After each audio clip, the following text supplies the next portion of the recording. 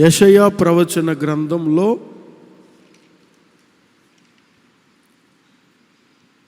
38వ అధ్యాయం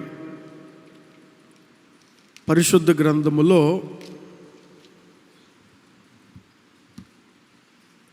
యెషయా ప్రవచన గ్రంథం 38వ అధ్యాయం 19వ వాక్యములో రాయబడిన మాట నేను చదువుతాను, గమనించండి. సజీవులే గదా నిన్ను స్తుతించుదురు, ఈ దినమున నేను సజీవుడనై నిన్ను స్తుతించుచున్నాను. స్తుతి అనేది చాలా ప్రాముఖ్యమైనది దేవుని బిడ్డలకు. మన జీవితంలో దేవుణ్ణి స్తుతించడం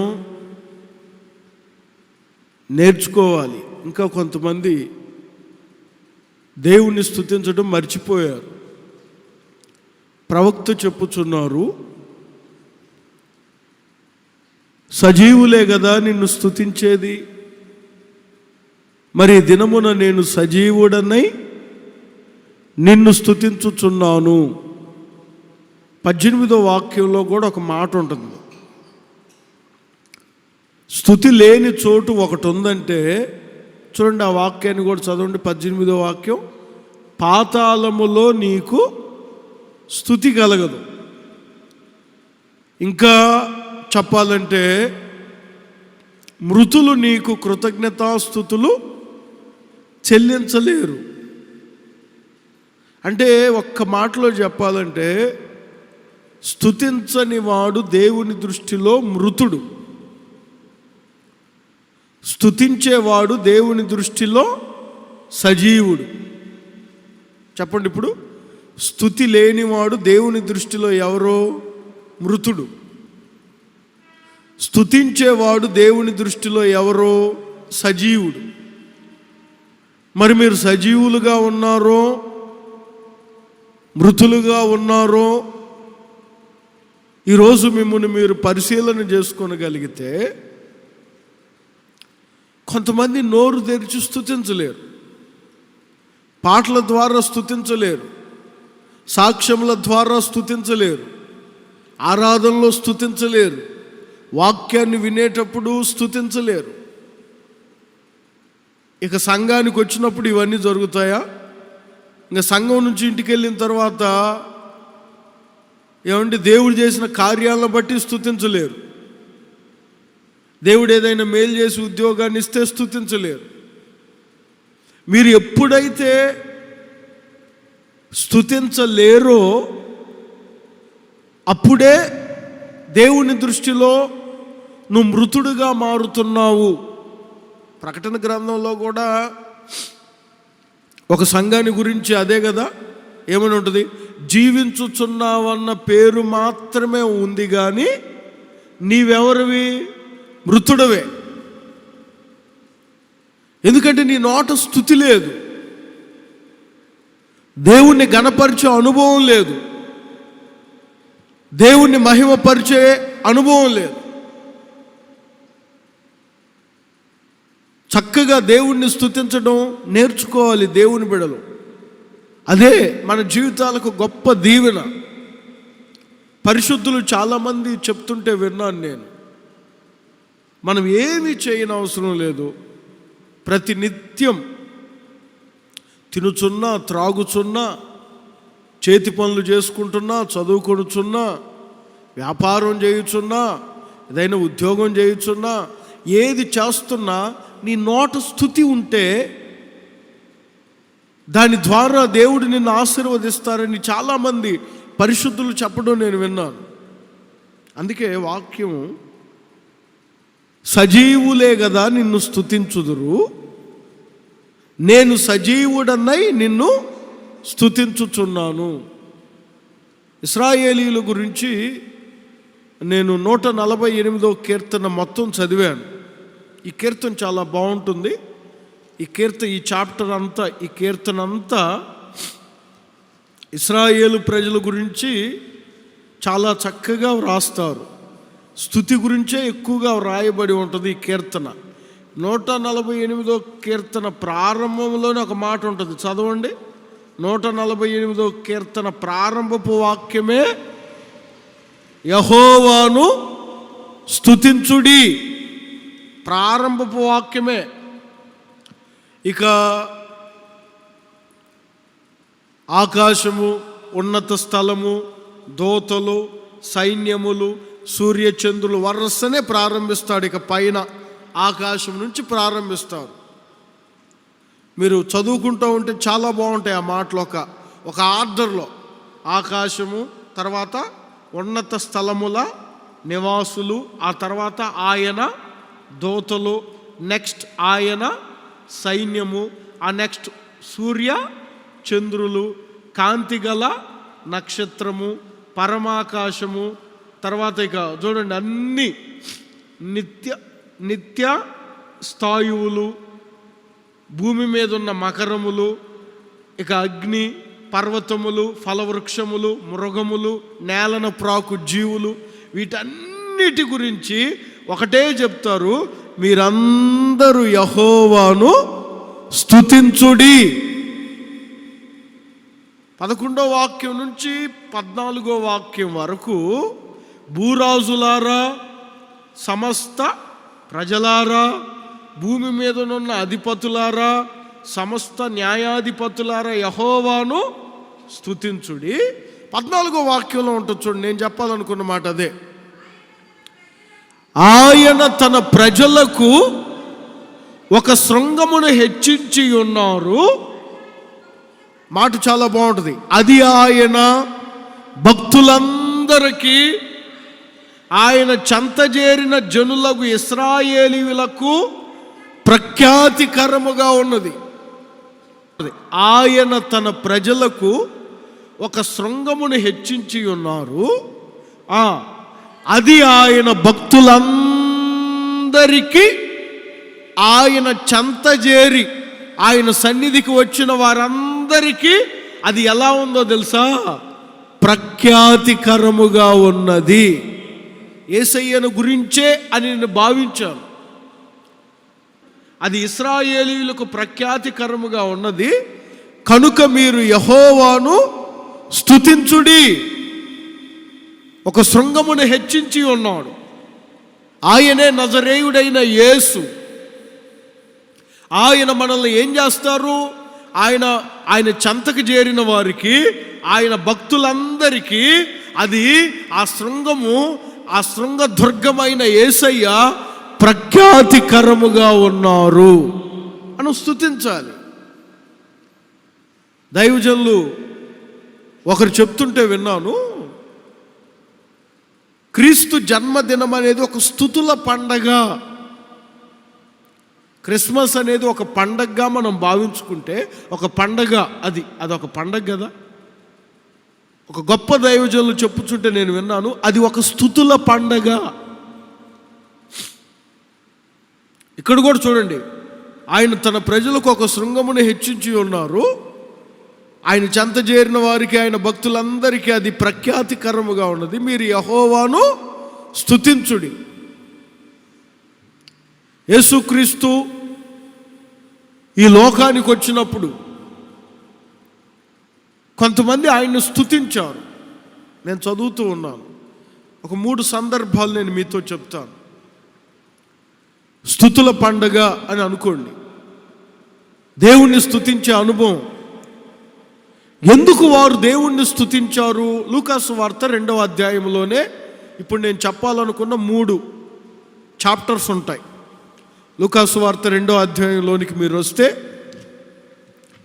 ఈ 2వ అధ్యాయంలో ఆయన జన్మ గురించి ఈ 2వ అధ్యాయం అంతా రాయబడి ఉంటుంది. ఈ 2వ అధ్యాయంలో దేవుని దూతలు ఆయనను స్తుతించిరి అని ఒక చాప్టర్ ఉంటుంది. రెండవదిగా గొర్రెల కాపరులు ఆయనను స్తుతించిరి, ఇదొక చాప్టర్ ఉంటుంది. తరువాత సుమయోను అనే ఒక భక్తిపరుడు ఆయన్ను స్తుతించెను. ఈ 3 చాప్టర్లు ఈ 2వ అధ్యాయంలోనే ఉంటాయి. గమనించాలి. మీకు అందరికీ తెలుసు 2వ అధ్యాయంలో ఏం జరిగిందో మీకు అందరికీ తెలుసు. ఏం జరిగింది? ప్రజలందరికీ గలగబో మహా సంతోషకరమైన సువార్తమానం నేను మీకు తెలియజేయుచున్నాను. ఎందుకంటే దావీదు పట్టణమందు రక్షకుడు మీ కొరకు పుట్టి ఉన్నారు, ఈయన ప్రభువు అయిన క్రీస్తు. 2వ అధ్యాయం ప్రారంభ వాక్యం నుంచి ఆ దినముల్లో సర్వలోకమునకు ఇవన్నీ ఉంటాయి. ఇక మరియా ప్రదానము చేయబడిన గర్భవతి అయి ఉండెను. మరియతో కూడా సంఖ్యలో రాయబట్టుకు గలిలయలోని నజరేతు నుండి యోదయలోని బెత్లెహేము అనబడిన దావీదు ఊరికి వెళ్ళడం, వారు అక్కడ ఉన్నప్పుడు ఆమె ప్రసవ దినములు నిండడం, కుమారుని కంఠం, తర్వాత పొత్తిగుడ్డలతో చుట్టి సత్రములో వారికి స్థలము లేనందున ఆయనను పశువుల తొట్టిలో పరుండబెట్టెను. ఇది మొదటి వాక్యం నుంచి 7వ వాక్యం వరకు ఉంటుంది. అయితే దేవుని బిడ్డలారా, ఇప్పుడు నేను ఒక మాట చెప్తాను చూడండి. 2వ అధ్యాయం 14వ వాక్యం, 13వ వాక్యం, 14వ వాక్యం, ఈ 2 వాక్యాలు చదివినప్పుడు చదవండి మీరు. వెంటనే పరలోక సైన్య సమూహము ఆ దూతలతో కూడి ఉండి సర్వోన్నతమైన స్థలములలో దేవునికి మహిమయు ఆయనకిష్టులైన మనుషులకు భూమి మీద సమాధానము కలుగును గాక అని దేవుణ్ణి స్తుతించెను.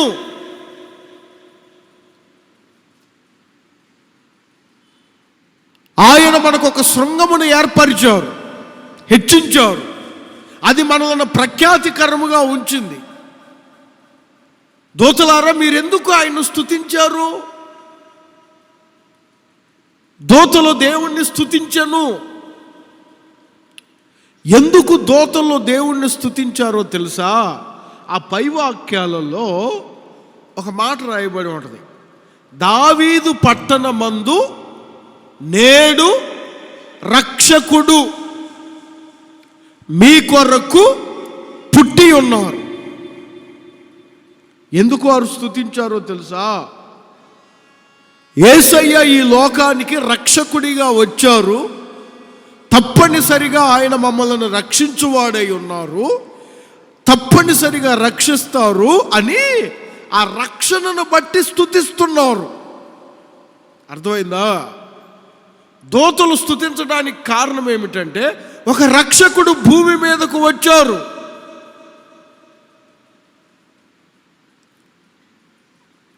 యేసుక్రీస్తు జన్మ ప్రారంభములోనే ఆయన రక్షకుడిగా జన్మించారని మొట్టమొదట దూతలు తెలియపరుస్తున్నారు. తెలియపరచడమే కాదు, వారు దేవుణ్ణి స్తుతిస్తున్నారు. సర్వలోక నివాసులారా స్తుతించండి, ఆయనకు మహిమ, ఆయనకి ఇష్టులైన మనుషులకు సమాధానం. ఎందుకు? ఇన్ని వేల సంవత్సరాలు ఈ మాట చెప్పలేదే, ఇన్ని వేల సంవత్సరాలు ఈ మాటలు ఎవరి నోట లేవే. ఎందుకంటే ఇప్పుడు రక్షకుడు భూమి మీదకు వచ్చారు. అది మేము స్తుతించడానికి కారణం, అది మేము గణపరచడానికి కారణం, అది మా నోట స్తుతి రావడానికి కారణం అది. చూడండి, ఇప్పుడు ఆయన జన్మ ప్రారంభములో రక్షకుడిగా వచ్చారు అని చెప్పారు కదా. ఎంతవరకు రక్షించాడని మనం కొంచెం చరిత్రను అంతా గమనించగలిగితే, ఆయన మరణించే ముందు, సిలువకు అప్పగించబడే ముందు ఇదే మాట కొంతమంది వాడతారు. చూడండి, లూకాసు వర్తమానం 23వ అధ్యాయంలో గమనించాలి. ఇక్కడ మనకు అర్థమైపోద్ది ఆయన అసలు ఎంతవరకు రక్షించారు. 23వ అధ్యాయం లూకాసు వార్త 23వ అధ్యాయం 35వ వాక్యం చూడండి. వీడు ఇతరులను రక్షించను. ఈ ఒక్క మాట చాలదా? ఆయన జన్మ ప్రారంభములో చెప్పబడిన ఆ మాటకు ముగింపులో చెప్పబడుతున్న ఆ మాటకు ఆయన ఎంతవరకు రక్షించాడో శత్రువులే చెప్తున్నారు. చూడండి, వీడు ఇతరులను రక్షించను. ఎప్పుడైనా గుర్తుపెట్టుకోండి, నా యేసయ్య మనలను రక్షించడానికే ఈ లోకానికి వచ్చారు.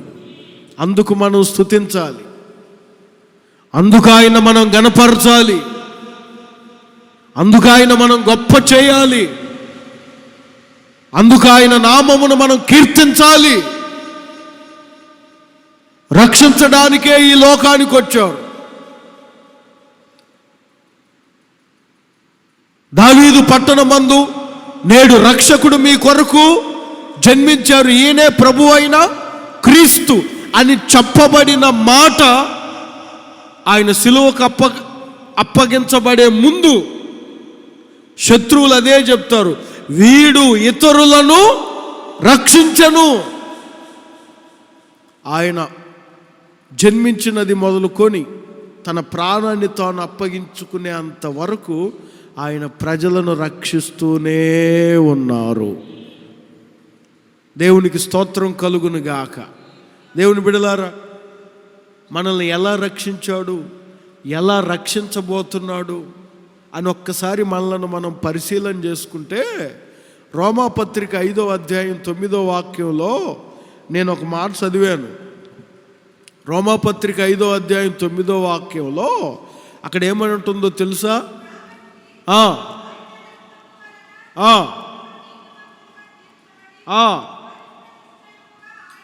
ఆయన ద్వారా ఉగ్రత నుంచి రక్షింపబడుదుము. ఇప్పటి వరకు మన జీవితాల్లో కలిగిన ఉగ్రతల నుంచి రక్షింపబడ్డాము. ఇక రాబోతున్న ఉగ్రతల నుంచి కూడా మనం రక్షింపబడబోతున్నాము. ఎందుకంటే ఆయన ఆయన లోక రక్షకుడు. అందుకు వారు స్తుతిస్తున్నారు. మరి ఈరోజు నువ్వు పండగ పేరు చెప్పుకొని త్రాగి, పండగ పేరు చెప్పుకొని విచ్చలవిడిగా ప్రవర్తిస్తూ, పండగ పేరు చెప్పుకొని దేవుని నామమును అవమానపరుస్తున్నావా? లేదా ఆయన రక్షకుడు నన్ను ఉగ్రత నుంచి తప్పించాడు, ఇంకా రాబోతున్న ఉగ్రతల నుంచి కూడా రక్షిస్తాడని ఆయనకు కృతజ్ఞతాస్తుతులు చెల్లిస్తున్నావా? స్తుతించండి. సజీవులే కదా ఆయన స్తుతించేది. మరి నిన్ను ఆయన రక్షించారు కదా. లోకములో ఎవరు మనలను రక్షించరు. ఆ చిన్న పేదవాడిని రక్షించబట్టే వాడు అబ్రహాము కుడి రొమ్మును ఆనుకొని ఉన్నారు. రోజున దేవుని ప్రియులారా, మన జీవితాల్లో దేవుడు రక్షించారు. చూడండి, ఆయన ద్వారా ఉగ్రత నుంచి మనము ఇప్పటి వరకు మన జీవితాల్లో ఏ ఉగ్రతలు జరగలేదా? ఎన్నో అపాయాలు జరిగాయి. యాక్సిడెంట్ల రూపంలో కావచ్చు, ఏమంటే కుటుంబ పరంగా కావచ్చు, ఎన్నో ఉగ్రతలు. వాటన్నిటి నుంచి రక్షించాడా? ఇక రాబోతున్న ఉగ్రతల నుంచి కూడా దేవుడు రక్షించబోతున్నాడు. ఆయనే రక్షణ కర్త, ఆయనే రక్షణ శృంగము. ఒక మాట అంటారు యోహాను సువార్తలో 10వ అధ్యాయం 9వ వాక్యమును చదివితే, నేనే ద్వారమును. 10వ అధ్యాయం 9వ వాక్యం యోహాను సువార్త చూడండి. ఆ మాట యోహాను సువార్తమానం, నేనే ద్వారం, నా ద్వారా ఎవడైనా లోపలికి వెళ్ళాల్సిందే, వాడు రక్షింపబడిన వాడై నేనే దానికి ద్వారం. రక్షణ ద్వారం ఆయనే. నీకైనా, నీ కుటుంబానికైనా, నీ సంఘానికైనా, నీ పిల్లలకైనా రక్షణ ద్వారం ఆయనే. స్తుతిద్దాం. దోతులారా, మీరు ఎందుకు స్తుతిస్తున్నారంటే ఆయన రక్షణ ద్వారమై ఉన్నారు. Praise the Lord. ఇంకో మాట చెప్తాను. లూకా సువార్త 2వ అధ్యాయం 20వ వాక్యం. లూకా సువార్తమానం 2వ అధ్యాయం 20వ వాక్యం. అక్కడ రాయబడిన మాట కూడా చూడండి. ఆ గొర్రెల కాపరులు తమతో చెప్పబడినట్టుగా తాము విన్న వాటిని గూర్చి దేవుణ్ణి మహిమపరచుచు దేవుణ్ణి స్తుతించుచు తిరిగి వెళ్ళెను. వీరెందుకు దేవుణ్ణి స్తుతించారు? మీరు 15వ వాక్యం నుంచి గమనించగలిగితే దూతలు గొర్రెల కాపరులతో ఒక న్యూస్ చెప్పారు. ఏమని చెప్పారు?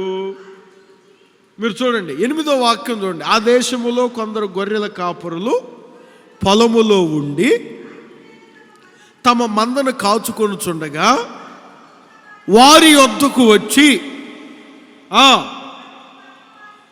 వారికి ఒక వార్త చెప్పారు. చాలా జాగ్రత్తగా వినాలి. గొర్రెల కాపరు దగ్గరకు వచ్చి మొట్టమొదటిగా ఒక న్యూస్ చెప్పారు వారికి. దావీదు పట్టణమందు నేడు రక్షకుడు మీ కొరకు పుట్టి ఉన్నాడు, ఈయన ప్రభువైన క్రీస్తు అని చెప్పారు. ఇక చెప్పిన వెంటనే ఇప్పుడు 15వ వాక్యం చూడండి. ఇప్పుడు 15వ వాక్యం చదవాలి మీరు. ఆ దూతలు తమ యొద్ద నుండి పరలోకమునకు వెళ్ళిన తరువాత ఆ గొర్రెల కాపురులందరూ జరిగిన ఈ కార్యము ప్రభువు మనకు తెలియపరిచి ఉన్నారు, వెంటనే మనం బెత్లెహేముకి వెళ్ళాలి. ఆలస్యం చేయలేదు. చూడండి, అర్ధరాత్రి వేళ ఒక న్యూస్ వారు విన్నారు. విన్న వెంటనే చెప్పి దూతలు వెళ్ళిపోయిన వెంటనే వీరు ఆలోచించుకుంటున్నారు. చూడండి, ప్రభు మనకి ఈ కార్యమును మనకు తెలియపరిచాడు. మనం ధన్యులం. లోకంలో ఎవరికి లేని ధన్యత దేవుడు మనకిచ్చాడు. ఇప్పుడు మనం ఆలస్యం చేయకూడదు. ఏం చేయాలంటే వెంటనే మనము బెత్లెహేముకు వెళ్ళి దేన్ని వారు ఏ అద్భుతాన్ని అయితే విన్నారో, గుర్తుపట్టాలి ఈ మాట, వారు ఏ గొప్ప కార్యము గురించి అయితే విన్నారో, వారి జీవితాల్లో ఒక అద్భుతమైన న్యూస్ విన్నారు వారు. దాని కొరకు మనము బెత్లెహేము వరకు వెళ్ళి చూతుము రెండని ఒకరితో ఒకరు చెప్పుకొని త్వరగా వెళ్ళి మరియను యోసేపును తొట్టిలో పండుకొని ఉన్న శిశువును చూచిరి. వారు చూచి ఈ శిశువును గూర్చి తమతో చెప్పబడిన మాటలన్నిటినీ వారు ఒక అద్భుతాన్ని చూశారు. ఆ రోజు ఏంటో అద్భుతం? ఒక రక్షకుడు వారి కొరకు జన్మించారు. ఇదే వారి అద్భుతం. వీరికి ఏదైతే చెప్పబడిందో గుర్తుపట్టాలి. వారు ఎందుకు దేవుణ్ణి స్తుతించారంటే వీరికి ఏదైతే చెప్పబడిందో అది వారు కళ్ళతో వారు చూశారు.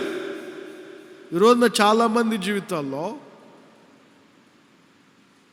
నీకు చెప్పబడింది నీ కళ్ళతో నీవు చూసిన వెంటనే దేవుణ్ణి స్తుతించగలుగుతున్నావా? కొంతమంది జీవితాల్లో ఎన్ని అద్భుతాలైన దేవుడు చేయడు, వారు దేవుణ్ణి స్తుతించలేరు. ఎప్పుడో పోతావు అనుకున్నావు కదమ్మా, దేవుడు నిన్ను బ్రతికిస్తాడని చెప్పిన వాగ్దానం, దేవుడు నీతో చెప్పిన మాట, దేవుడు నీ కొరకు చేసిన ప్రార్థన, నీ సేవకులు నీ కొరకు చేసిన ప్రార్థన అద్భుతాన్ని దేవుడు నీ పట్ల జరిగించాడు కదా, నువ్వు కూడా చూసావు కదా, స్తుతించంటే స్తుతించలేరు. కానీ వీరు అలా కాదు. ఏ అద్భుతాన్ని అయితే విన్నారో, దాన్ని వెళ్ళి చూశారో, వెంటనే వారు దేవుణ్ణి స్తుతిస్తున్నారు. అదే గొర్రెల కాపరులు తమతో చెప్పబడినట్టుగా తాము విన్న వాటిని కన్న వాటిని గూర్చి దేవుణ్ణి స్తుతించుచుండెను. రోజున దేవుని ప్రియులారా, ఒక సేవకునిగా నేను మీతో చెప్పాలంటే, నీ పట్ల దేవుడు ఎన్నో అద్భుతాలు చేశాడు, దాన్ని నీ కళ్ళతో నీవు చూసావు. కానీ వారిలాగా నువ్వు స్తుతించగలుగుతున్నావా? వారిలాగా నువ్వు కృతజ్ఞత కలిగి ఉన్నావా? మరలా చెప్పమంటే సాక్ష్యాలు చాలామంది చెప్తారు. మరణాల నుంచి తప్పించాడు, మంచి ఉద్యోగాన్ని ఇచ్చాడు, వ్యాపారాన్ని ఇచ్చాడు. మరి ఎంతవరకు దేవుణ్ణి స్తుతించగలుగుతున్నావు? వారు దేవుణ్ణి మహిమపరిచారు, వారు మౌనంగా ఉండలేదు. దేవుడు నా పట్ల ఒక మేలు చేశారు, ఈ మేలు ద్వారా నేను ఒక ప్రార్థన పెట్టుకొని ఇదంతా తెలియపరచాలి. ఎంత స్తుతిస్తున్నారు వారు. 10 మంది కుష్ఠరోగులు ఉన్నారు. 10 మంది కుష్ఠరోగులు యేసయ్య వద్దకు వచ్చారు. యేసయ్య వద్దకు వచ్చినప్పుడు యేసయ్య చెప్పిన మాట ఏమిటంటే, మీరు వెళ్ళి మీ యాజకునికి మీ దేహమును కనపరుచుకోండి అని చెప్పారు. ఈ 10 మంది వెళ్తున్నప్పుడే మార్గ మధ్యలో వారి జీవితంలో అద్భుతం జరగడం వారు చూశారు.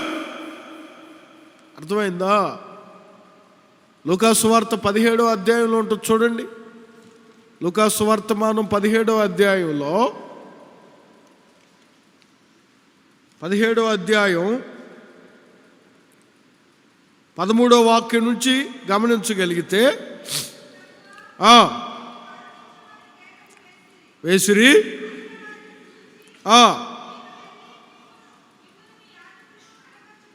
వారితో చెప్పెను, వారు వెళ్ళుచుండగానే శుద్ధులైరు. అద్భుతం జరిగింది వారి పట్ల ఆ రోజు. అయితే వారిలో ఒకడు తనకు స్వస్థత కలుగుట చూచి గొప్ప శబ్దముతో దేవుణ్ణి స్తుతించుచు మరలా దేవుని వద్దకు వచ్చెను. ఇది ఎంతమంది చేస్తున్నారు? గొర్రెల కాపర్లు ఆ రోజు చేసింది అదే. అక్కడెక్కడో అద్భుతం జరిగింది, బెత్లెహేం దగ్గర ఎక్కడో అట. మరి మనకే ఎందుకు చెప్పారో, మన దరిద్రం మనమే చీకటి బ్రతుకులు బ్రతుకుతుంటే అని అనుకోలేదు వారు. తప్పనిసరిగా వెళ్ళి ఆ అద్భుతాన్ని మనం చూడాలి. ఆ అద్భుతాన్ని చూసిన అద్భుతాన్ని చూడాలి. చూసి వారు దేవుణ్ణి మహిమపరుస్తున్నారు. ఈరోజున ఎంతమంది దేవుని సన్నిధికి వచ్చి దేవుని ద్వారా అద్భుతాలు పొంది అద్భుతాలు పొందటం కూడా చూసి దేవుణ్ణి మహిమపరచకుండా తిరిగి వెళ్ళుచున్న భక్తులు ఎంతోమంది లేకపోలేరు. 9 మందిలాగా క్రైస్తవులు మారిపోయారు. సంఘానికి వచ్చి దేవుని ద్వారా అద్భుతం పొందారు, సేవకుని ప్రార్థన ద్వారా అద్భుతం పొందారు. అది నీ కళ్ళతో నీవు చూసావు. నీ కుమారుడు బాగుపడటం చూసావు, నీ కుమార్తె బాగుపడటం చూసావు. ఎంతవరకు నువ్వు దేవుణ్ణి స్తుతించగలుగుతున్నావు? గొర్రెల కాపరులారా, ఎందుకు మీరు స్తుతిస్తున్నారంటే, మాకు చెప్పబడిన అద్భుతాన్ని మా కళ్ళతో మేము చూసాం, అందుకు మేము స్తుతించకుండా ఉండలేకపోతున్నాం. ఈరోజున మరి దేవుడు ఎన్ని మేలు చేశారు. ఒక్క కుష్ఠరోగి వచ్చినట్లే ఒక్క కుష్ఠరోగి వచ్చి దేవుణ్ణి స్తుతించుకుంటూ ఆయన యొద్దకు వచ్చాడు. మరి ఈ రోజున నీ జీవితం ఎలా ఉంది? కొంతమందికి దేవుడు చాలా చేశారండి. అపోస్తుల కార్యములో 28వ అధ్యాయంలో పౌలు గారు చాలా కఠినంగా ఒక మాట మాట్లాడతారు వీరందరి గురించి. చివరి అధ్యాయం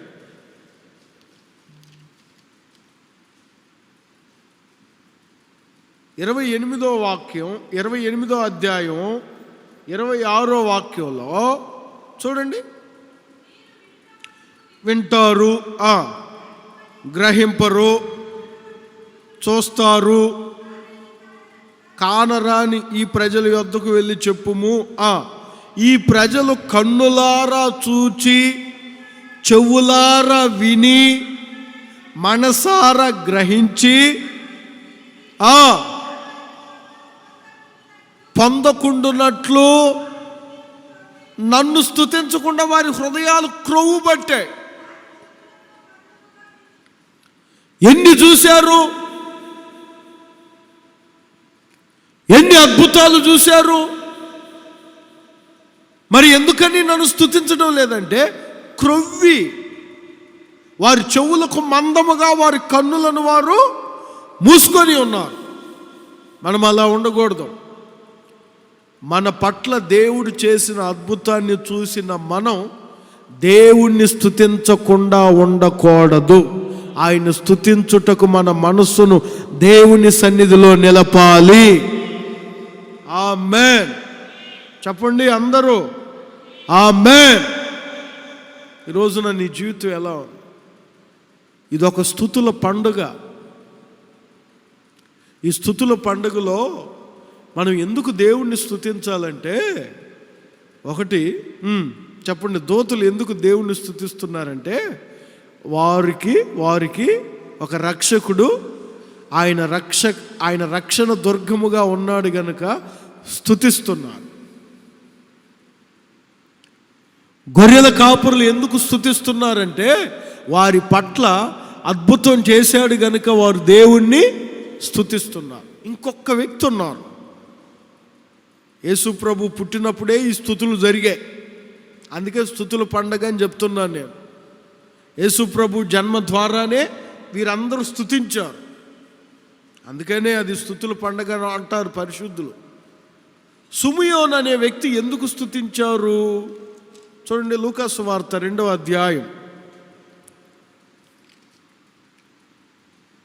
25వ వాక్యం చూడండి. ఉన్నాడు. ఇప్పుడు 27వ వాక్యం చదవండి.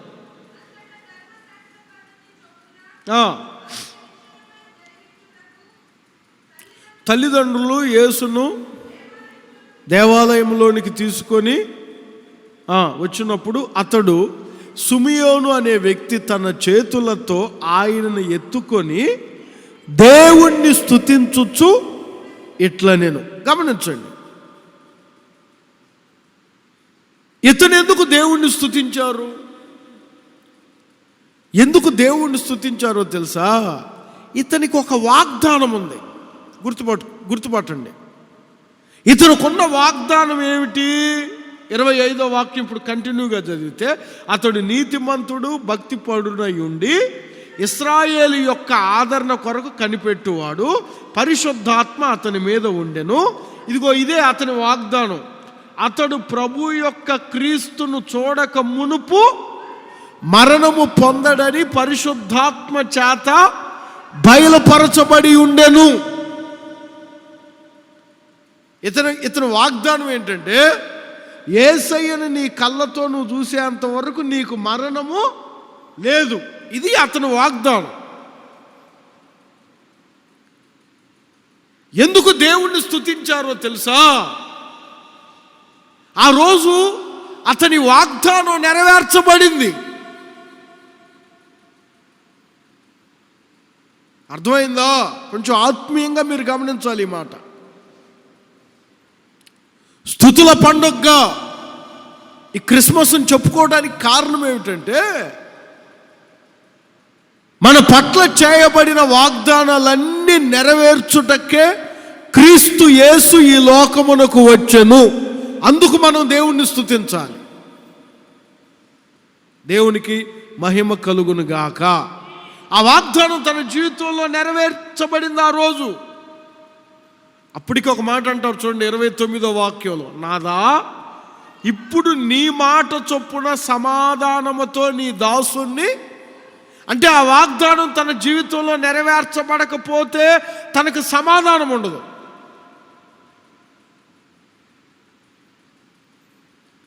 ఈ రోజున నీ పట్ల ఎన్నో వాగ్దానాలు చేశాడు దేవుడు.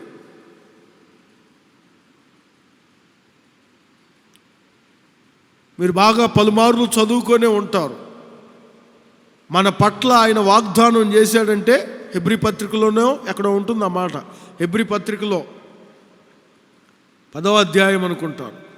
వాగ్దానము చేసిన వాడు దానిని నెరవేర్చుటకు ఎవరైనా సమర్థుడు.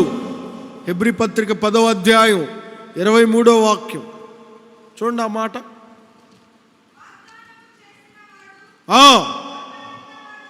నమ్మదగిన వాడు గనుక, వాగ్దానము చేసిన వాడు నమ్మదగిన వాడు, తప్పనిసరిగా నీ పట్ల చేసిన వాగ్దానాలన్నీ ఆయన నెరవేర్చునుగాక. సిమియోను ఎందుకు దేవుణ్ణి స్తుతించారంటే, వాగ్దానం నెరవేర్చబడటం ఆ రోజు చూశాడు.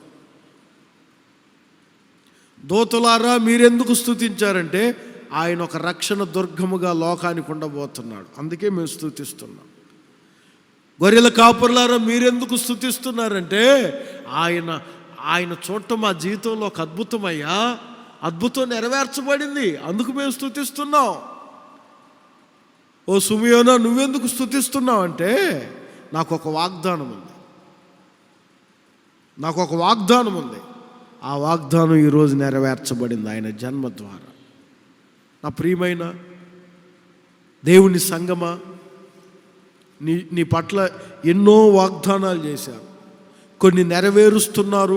ఇక రాబోతున్న రోజుల్లో కొన్ని నెరవేర్చబోతున్నాడు. మరి ఎంతవరకు మీరు స్తుతించగలుగుతున్నారు? ఇంకా మీకు ఒక మాట చెప్పాలంటే, యేసయ్య జన్మ కూడా వాగ్దానం ద్వారానే జరిగింది. వాగ్దానం నెరవేర్చబడింది యేసయ్య జన్మ ద్వారా. అపోస్తుల కార్యములు 13వ అధ్యాయంలో ఉంటుంది ఆ మాట. అపోస్తుల కార్యములు 13వ అధ్యాయం 23వ వాక్యంలో ఒక మాట రాయబడి ఉంటుంది చూడండి. దావీదు గురించి చెప్తూ ఈ మాట చెప్తారు. 13వ అధ్యాయం 23వ వాక్యం చదవండి. అతని సంతానము నుండి దేవుడు తన వాగ్దానము చొప్పున ఇశ్రాయేలు కొరకు రక్షకుడగు యేసును పుట్టించెను. వాగ్దాన నెరవేర్పు.